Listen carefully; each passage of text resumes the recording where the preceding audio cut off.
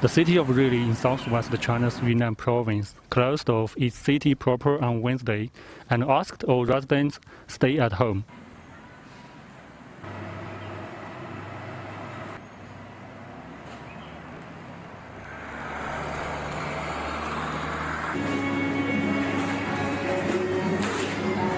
Let's check out how the local authorities supply the necessities to the doorsteps of the residents. 物资保障供应方面，就是物资准备的比较充分的，包括我们的米、